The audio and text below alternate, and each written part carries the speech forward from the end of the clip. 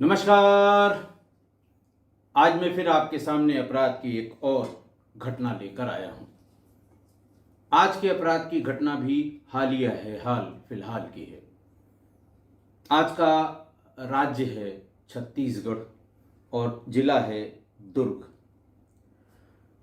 दुर्ग जिले के मोहन नगर थाने में 6 अप्रैल 2025 6 अप्रैल 2025 जिस दिन नवरात्र के नवमी का दिन था, शाम करीब 3 बजे या 2:30 बजे एक व्यक्ति ने थाने पर आकर अपनी 6 साल की बच्ची की गुमशुदगी लिखवाई। उसने ये बताया कि 9 बजे दिन में वो अपनी दादी के यहाँ कन्या भोज के लिए गई थी। कन्या भोज जो नवरात्रि के अंतिम व्रत के अंतिम दिन 9 कन्याओं को भोज कराया जाता है, उनका स्वागत सत्कार किया जाता है, बच्चियों का पूजन अर्चन किया जाता है। उसी में वो अपनी सगी दादी के यहाँ कन्या भोज में गई थी, लेकिन अभी तक नहीं लौटी। उसको बहुत ढूंढा गया, बहुत कोशिश की गई जानने की, लेकिन उसका कहीं पता नहीं लग रहा है। बहरहाल पूरा मोहल्ला इकट्ठा हो गया। उस 6 साल की दुधमुही बच्ची जो बच्चों के बीच में लोकप्रिय थी, उसको ढूंढने की कोशिश की गई। तभी अचानक शाम को 7:30 बजे हल्ला हुआ कि दादी के घर के सामने ही एक पुरानी खड़ी हुई कार के नीचे या कार के सीट के नीचे बच्ची का शव पड़ा हुआ है। कार जिनके घर के सामने खड़ी हुई थी, लोगों का शक उन पे गया। भीड़ ने उसके कार में तोड़फोड़ की, घर में पथराव किया, घर में आग लगाने की कोशिश की। पुलिस मौके पर पहुंच गई। पुलिस ने जांच पड़ताल अपनी शुरू की। सभी सीनियर अफसर भी मौके पर पहुंचे। नवदुर्गा में कन्या भोज के दिन एक कन्या, 6 साल की एक कन्या जो कन्या भोज में ही गई थी, उसकी हत्या हो गई शाम को करीब 7 बजे। गंभीर अपराध था। खैर, पुलिस ने जब देखा कि पूरी भीड़, पूरा मोहल्ला, आसपास के लोग उसी व्यक्ति पर शक कर रहे हैं जिसके घर के सामने ये कार खड़ी हुई है, लिहाजा उस घर के सभी लोगों को पुलिस ने हिरासत में ले लिया।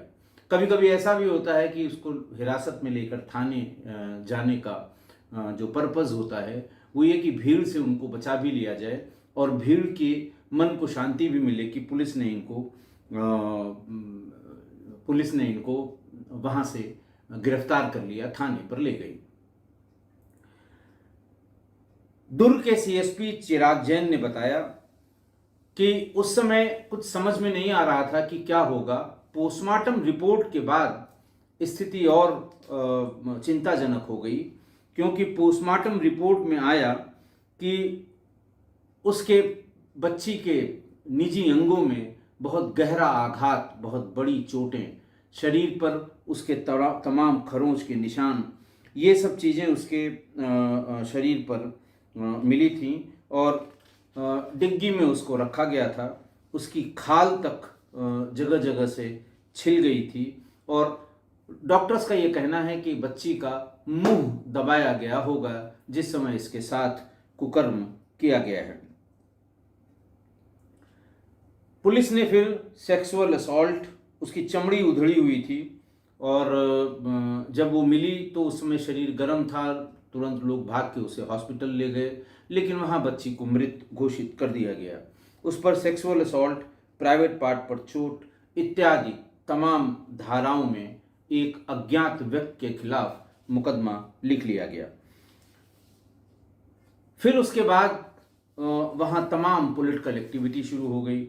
6 को ये कार में लाश मिली, गाड़ी और घर में लोगों ने आग लगा दी, भीड़ ने चक्का जाम किया, आरोपी को पकड़ने की बात कही गई। 7 अप्रैल को मैंने बताया कि बच्ची के पोस्टमार्टम में बच्ची के प्राइवेट पार्ट्स डैमेज पाए गए।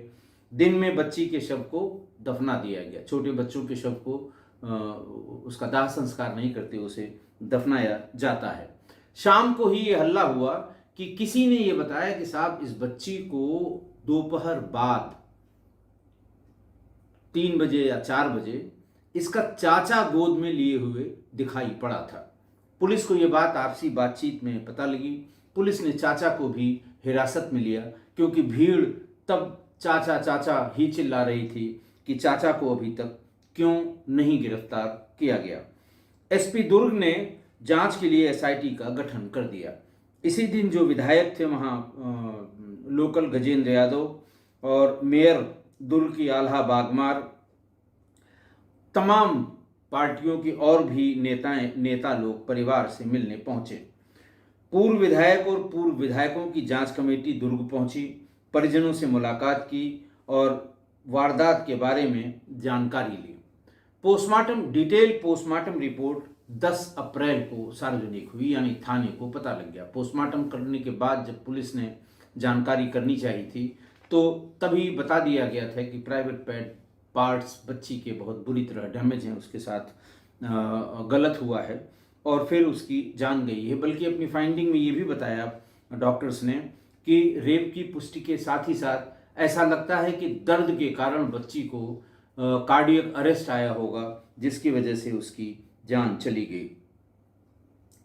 11 अप्रैल को भिलाई के नगर विधायक देवेंद्र यादव तमाम और लोग उसके घर में पहुंचे और उसकी जानकारी करने की कोशिश की। लेकिन इसी बीच में लोगों ने यह भी कहना शुरू किया कि सगा चाचा है, ये कैसे कर सकता है, या सगा चाचा है, ये इसके सगे भाई की बेटी है और दादी के घर जहां वो कन्या भोज में आई थी वहीं ये रहता है। ऐसे में उसके ऊपर जो ये आरोप लग रहे हैं ये विश्वसनीय नहीं है, अविश्वसनीय हैं। बहरहाल पुलिस ने 11 तारीख को ही बच्ची का जो डीएनए उसके जो प्राइवेट पार्ट पे तमाम जो ह्यूमन सीमेन और हेयर्स जो थे उनके जांच कराने का फैसला किया कि हम इसकी जांच कराएंगे और जितने भी आरोपित हैं इसमें या जिन पर भी शंका है, जिनके ऊपर भी शक है, उन सभी से इसको मैच कराएंगे। और इसमें कार मालिक था, उसका ड्राइवर था, 5 लोग और थे और उसका चाचा भी था। लोग इस बीच में तमाम धरना प्रदर्शन और तमाम चीज़ें चलती रहीं। पब्लिक में बहुत आक्रोश था, अखबार रंगे पड़े हुए थे छत्तीसगढ़ भर के। तो फिर ये 14 तारीख को डीएनए की रिपोर्ट आ गई और 14 तारीख को ये डीएनए बच्ची के शरीर पे जो भी चीज़ें थी उनका डीएनए जिन लोगों से मिलाया गया वो डीएनए उसके सगे चाचा से मिल गया। और जैसे ही ये डीएनए मिला पुलिस उसको फौरन वहाँ से निकाल कर ले गई, दूसरे थाने पर रखा। भीड़ बहुत उत्तेजित हो रही थी, भीड़ सोच नहीं पा रही थी कि इसका क्या किया जाए और क्यों इसने ऐसा किया है। तमाम लोग, वही जो 2-3 लोग जिनसे मैच कराया गया था उन सब लोगों को बरी कर दिया गया जिनके डीएनए मैच नहीं हुए और चाचा से फिर तगड़ी वाली पूछताछ की गई।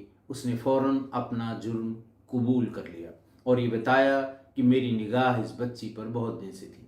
दरअसल उसका चाचा पॉर्न मूवीज़ या पॉर्न वीडियो क्लिप्स मोबाइल पर इसको देखने का एडिक्ट था और ख़ासकर बच्चों की जो पॉर्न क्लिप्स आती हैं वो इसको देखने का एडिक्ट था। उस दिन बहुत ढेर सारी बच्चियाँ आईं, सगा चाचा था, उसको टॉफ़ी और दूसरी चीज़ों को देकर बहलाया।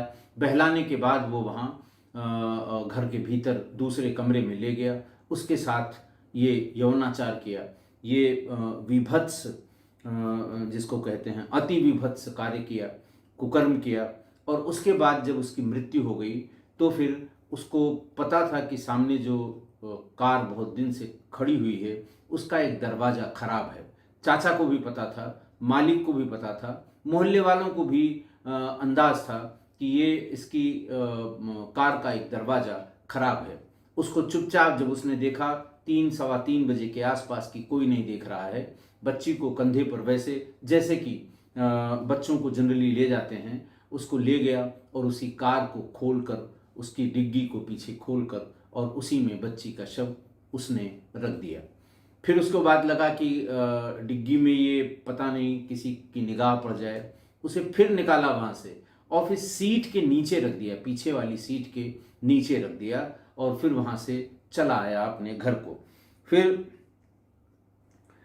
पुलिस ने फिर तमाम टेक्निकल एविडेंस इकट्ठा किए, तमाम पूछताछ में लोगों से जानकारी की और जो फॉरेंसिक एविडेंस थे ये सब इकट्ठा किए और फिर चाचा को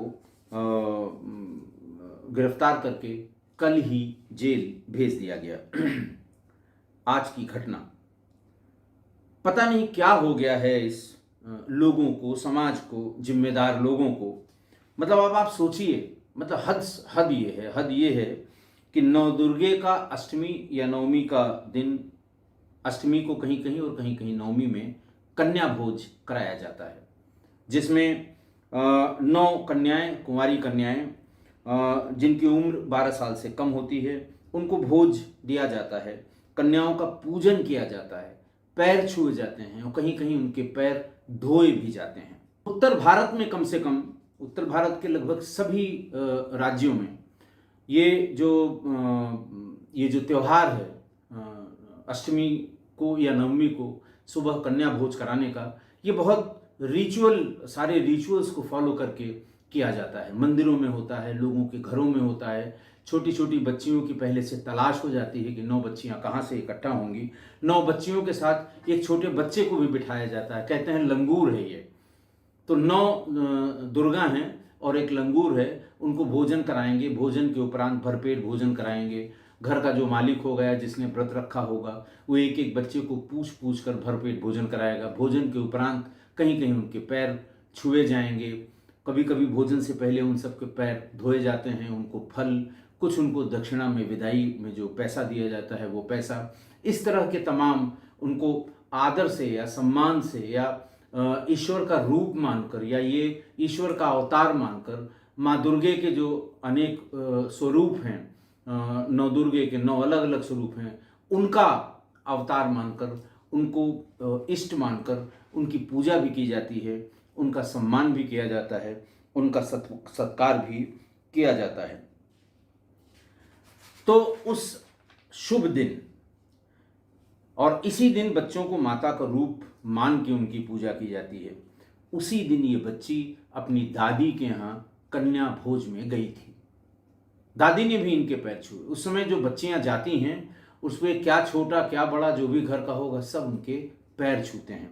माना जाता है कि ये जो 9 दिन हम व्रत रखे हैं और 9 दिन देवी के जो 9 अलग अलग स्वरूप हैं, एक एक बच्ची उन स्वरूप को रिप्रेजेंट करती है, उन स्वरूप का बिंब है, वो स्वरूप को प्रदर्शित करती है, ये मान के उनकी पूजा की जाती है।